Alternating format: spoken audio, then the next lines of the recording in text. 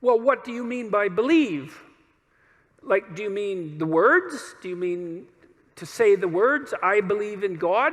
Does that indicate that you believe in God? Like, I don't know what you mean by believe exactly, because, and that's got me in trouble too, because, you know, people think that attempting to clarify the meaning of words is an attempt to escape from the question when it's actually an attempt to specify the question. I mean, is what you believe what you say or what you act out? Now, you know, I would say to some degree it's both, but if push comes to shove, as far as I'm concerned, what you believe is what you act out, not what you say. And then, you know, and if you're an integrated person, then what you act out and what you say are the same thing, and then you're a person whose word can be trusted, right? Because what you say and what you do are isomorphic. They're the same thing. But belief is instantiated in action. So I have also suggested that I act as if I believe in God, or to the best of my ability. And people aren't very happy with that either. And then the third is that I'm afraid that he might exist, which I think is the most comical of the three answers and perhaps the most accurate one. But then I was thinking about this today when I was thinking about what I might talk to you guys about. And I thought, well, let's go into this a little bit more. Let's say you do believe in God.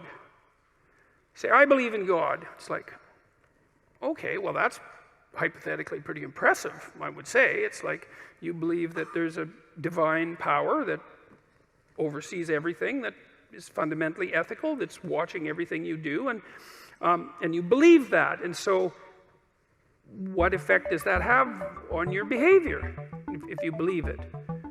Does that mean that you're, well, are you all in on your beliefs? Are you sacrificing everything to this transcendent entity that you proclaim belief in? Have you cleansed yourself of all your sin, let's say? Are you making all the sacrifices that you need to make? Like, have you taken the mote out of your eye? No. Or are you in the same situation, let's say, that the Catholic Church seems to be in right now? Just out of curiosity, it's a good time to bring that up, since the Pope seems to be concerned with what's been happening with the Catholic Church, given the endless pedophilic scandals, let's say, which seem rather serious in my estimation, and might have been something that was cleaned up perhaps 100 or 1,000 years ago. And it's being taken seriously perhaps now, and perhaps not, because it's not so easy to determine exactly what it would mean to take that seriously. And you might say, well, are all the people who are committing these heinous actions and then covering them up, if you ask them, well, do you believe in God? What are they going to say? Well, you'd think the answer would be yes, given that they're like priests, and yet, what's the evidence?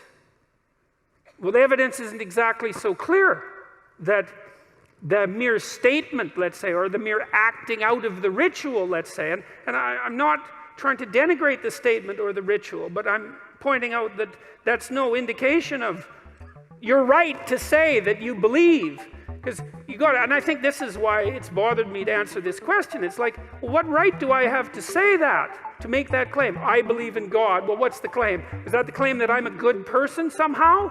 Because you'd think that if you believed in God, actually, like seriously, that you'd be a good person, like right now, because, well, for obvious reasons, I would think. And so if that hasn't happened in some sort of miraculous sense, so that you're the best person you could possibly imagine being on an ongoing basis, and terrified of deviating from that path in a serious manner, then I don't see why you have the right to say that you believe in God.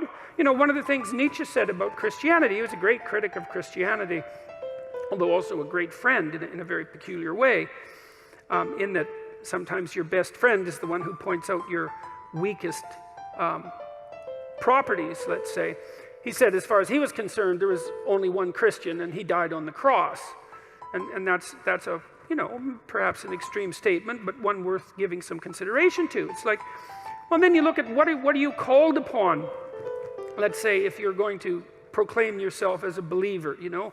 And I thought about this a lot as I've gone through the Old Testament. I did a bunch of lectures last year, and so what are you called upon? Well, you're called upon initially to act out the spark of divinity that's within you by confronting potential with the logos that's within you, which means to take the opportunities that are in front of you, the potential future, and to transform it into the present in the best possible way, using truth and courage and careful articulation as your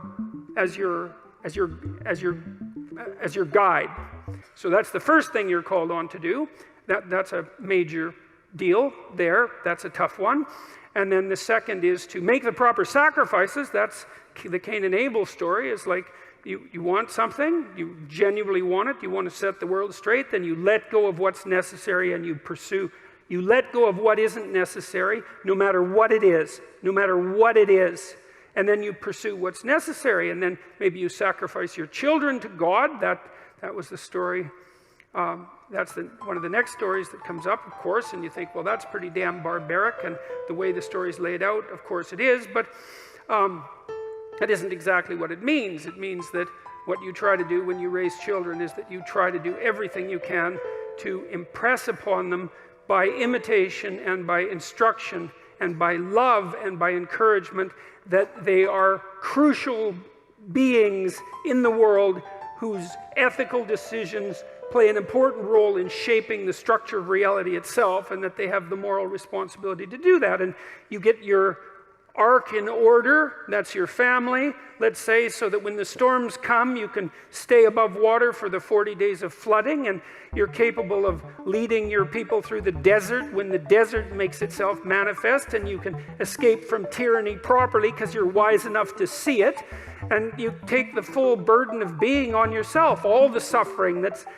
part and parcel of that. You accept that voluntarily, let's say, and you do everything you can to confront the malevolence that's part of you and that's part of the state and that's part of the world.